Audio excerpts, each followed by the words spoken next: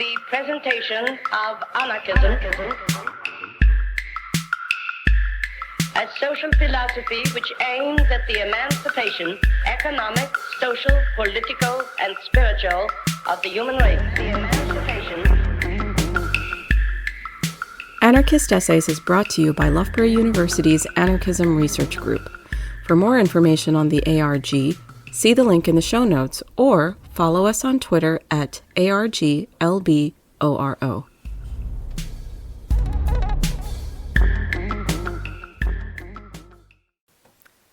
Food Anarchy and the State Monopoly on Hunger by Hannah Kass, adapted from a journal article by the same name, published in the Journal of Peasant Studies.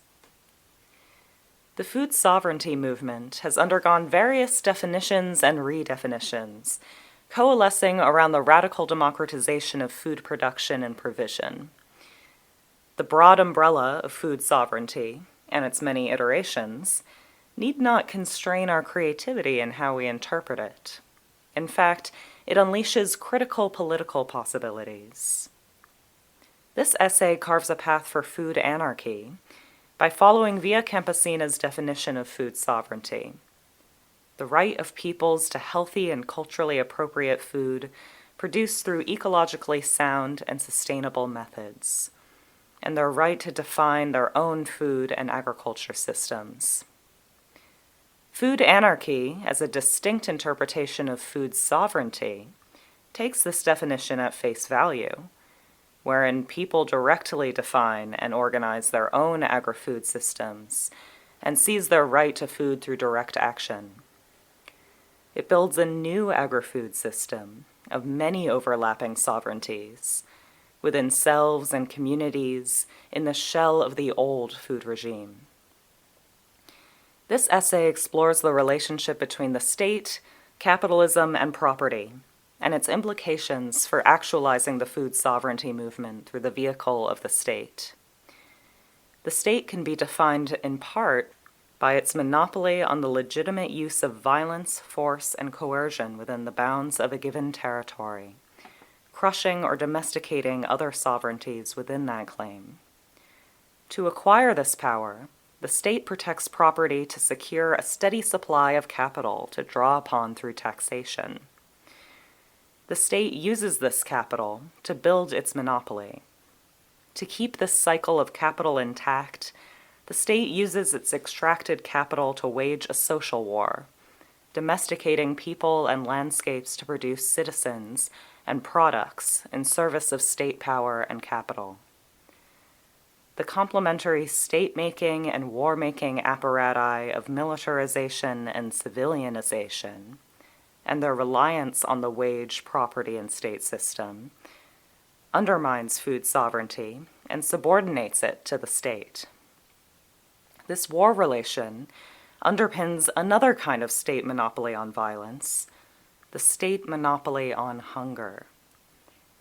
This monopoly, embedded within its monopoly on violence, justifies the need for food anarchy as an offshoot of food sovereignty. Private property and state support of capital, including agribusiness, reigns supreme at every level of government. The means to produce and consume food is extracted from us when our property is privatized, and as a result, our labor power must be sold in order to feed ourselves. The enclosure movement created a violent feedback loop between property, capitalism, and the state. Property underpins capitalism, and the state's use of force, coercion, and violence to maintain power legitimizes property. Political subjects then become beholden to this interdependent state-capital-property trinity by the threat of hunger and poverty if they do not participate in it. Dispossession allows for capital accumulation, and dispossession is institutionalized by property, forcing the dispossessed to rely on wage labor under the looming threat of hunger. The state's protection of property remains a pillar of social war, articulating a combined militarized enclosure of people from resources and a domestication of the governed into capitalism's designated mechanisms for acquiring food and land. The wars of modern state formation have historically been waged through the two fundamental war-making relations of state formation: militarization and civilianization. As European empires fought for territory with increasingly sophisticated weapons of war, more and more capital was required to sustain and grow the technologies fighting these wars. A forced means of extraction was created to help militarize states, which we know today as taxation. In order to quell revolt from the taxed citizenry, the trust, dependence, and consent of the governed populace was coerced, and their needs adequately pacified by marrying the state with domestic politics. Civilians were placed at the helm of the growing bureaucracies of war and state-making, and their satisfaction was incorporated into the state's legitimation process. War, its bureaucracies of extraction, and the continuation of capitalism to fund that extraction formed the internal structure and civil society of the modern state. These two arms of the war-making state, militarization and civilianization, are the birthplaces of counterinsurgency, from which a social war is waged. This interconnected relationship between the state, its need to extract capital to stay in power and hold violence above the heads of the populace for property to secure capital accumulation, and for peasant dispossession from the land, the state-capital-property trinity, represent the engineering of hunger as a form of state violence and social war. This monopoly amounts to the state's concentration of the means of control over whether or not people are hungry or satiated. Breaking up the state monopoly on hunger decentralizes and liberates access to those means of control to empower everyone who eats. The equal ability to access food and land depends upon breaking up the state's concentrated capitalist control over that access. It means taking food and land back from the state and its protection of capitalist means of eating and growing. It requires the interruption of the manufactured and protected transformation of basic needs for food and land into violently privatized commodities. The state's institutionalized protection extends to the protection of private property rights, providing a forcibly forged oasis of capital for the state to perpetually extract to keep itself alive. The state and its social relations forces, coerces, and civilizes its citizens to feed themselves from within the confines of the state-capital property trinity. The organization of the monopoly on hunger is embedded in the trinity's norms, relationships, enforcements, and enclosures, which carefully demarcate and legitimize state power, conduct, and social relations of food production and provision. The capitalist social relationships, organized to rule food systems, are at the core of food politics. Capitalism, be it welfarist, neoliberal, or anywhere in between, remains stabilized as the normalized option for feeding ourselves and each other. It manifests in the grocery store, the navigation of carefully priced commodities and orderly stocked shelves, and the surveilled retail transaction as the only ways many citizens know how to obtain sustenance. It is the addictive salt and fat and sugar, the triggering of a craving by a TV commercial seen in a rare moment of solace from work, the ease and cheapness of the drive-thru when exhausted, the colorful Happy Meal toy keeping the kiddo quiet. It's the nosy neighbor snitching on zoning law violations and trespassing, the fence and cameras expectantly surrounding empty fallow farmland owned by Bill Gates, Bayer Monsanto, the Chinese Communist Party. The social war of the monopoly on hunger is the boundless diffusion of the state-capital property trinity's infiltration its engineering of social vulnerability and life itself. Hunger, and the necessity of selling one's labor power in order to avoid it, is itself a weapon of capitalist social war, deployed in order to keep workers working. Economist Joseph Townsend theorized that wielding hunger as a weapon and withholding relief unless absolutely necessary to quell revolt was key to the functioning of capitalism. Hunger manufactured the wage as the only relief from hunger, despite it also acting as an incentive for selling one's labor power for a wage in the first place. Meanwhile, the terms of hunger are trapped within the state-sanctioned sphere of capitalism and property. If hungry people wanted to resist the current food regime using direct action, rather than looking to the state, capitalism, or NGOs to provide solutions to hunger, then they risk facing violent repression and counterinsurgency campaigns. Peasant farmers cannot just squat on agribusiness private property and grow a grassroots solution to hunger without facing state violence, nor can hungry people steal food from food business establishments without risking their freedom or livelihood. Carceral society is instrumental to imposing the present agricultural arrangement. A charged fence of state property protection surrounds the wealth of food and land right in front of us. We, the people and political subjects ruled by the state, may not choose to cross the fence. We may instead go to the food pantry or NGO to glean the spoils of those who are willing to throw down some charity from atop their perch of greater fortune. Sign up for food stamps, follow its rules, and buy only what the state is graciously allowing us to eat. Rent a neatly confined community garden plot. Protest and pressure and petition our politicians to do something. We try and survive the social war by internalizing and normalizing the only options for satiety that we are given. Relying on the state to give us these forms of satiation is reflective of the normalized violence of hunger and dispossession that we accept as routine, an everyday part of political life.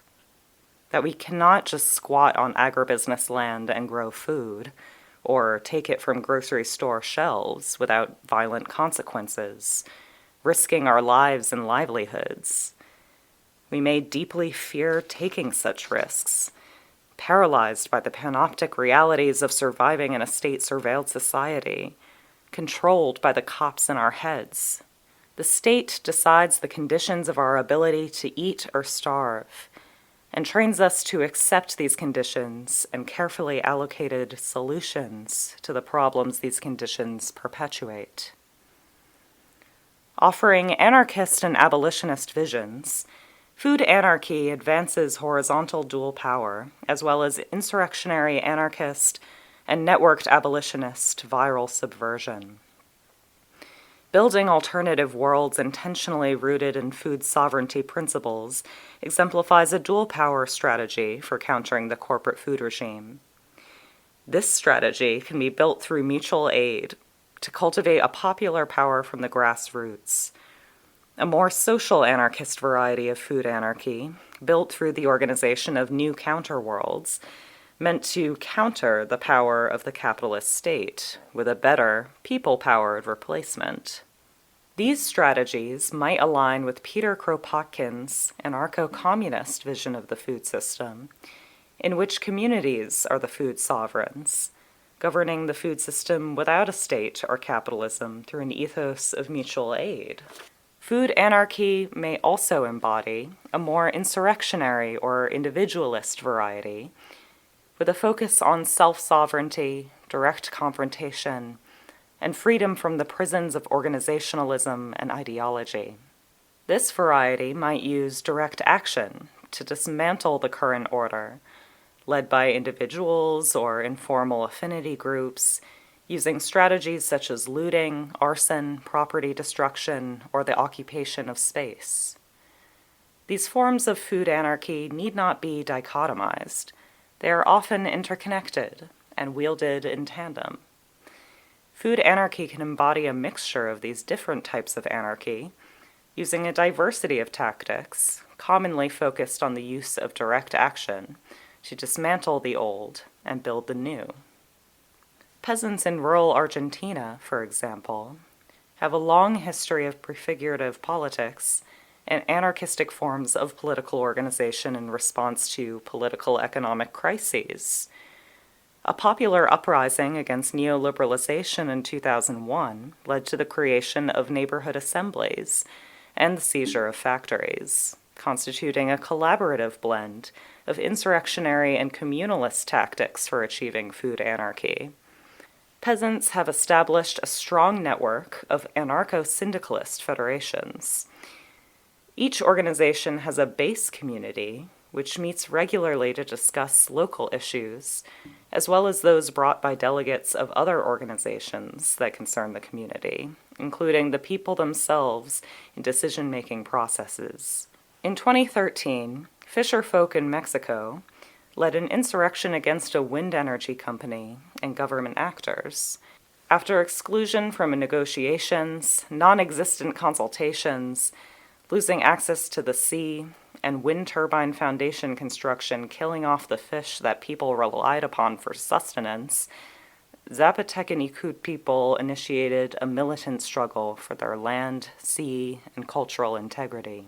In the global north, the Occupy the Farm movement took public agricultural research land back from the University of California, Berkeley's plans to develop it into a shopping center through direct action. Food Not Bombs, an anarchistic direct action organization with chapters around the world, cooks free meals and gives them away freely.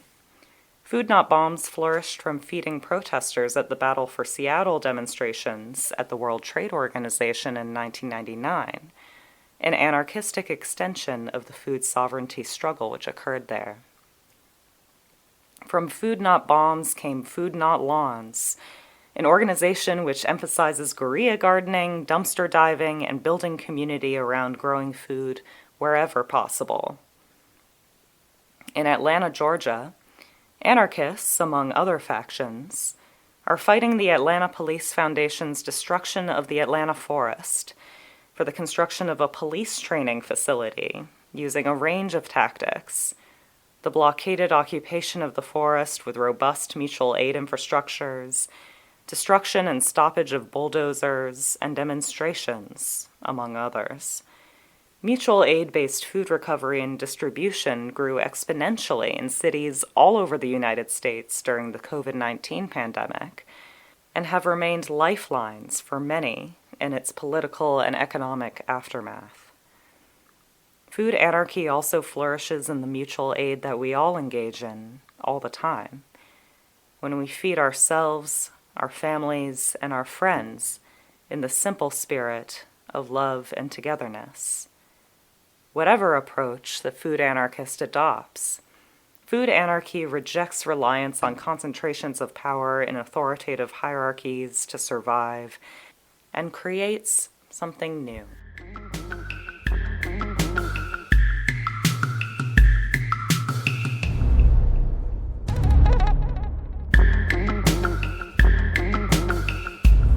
Thank you for listening. To help others find anarchist essays, please rate and review us wherever you find your podcasts. And if you're interested in anarchist ideas, why not check out the journal Anarchist Studies? For over 20 years, Anarchist Studies has been publishing original research on the history, theory, and practice of anarchism. For more information, visit www.lwbooks.co.uk/anarchist-studies.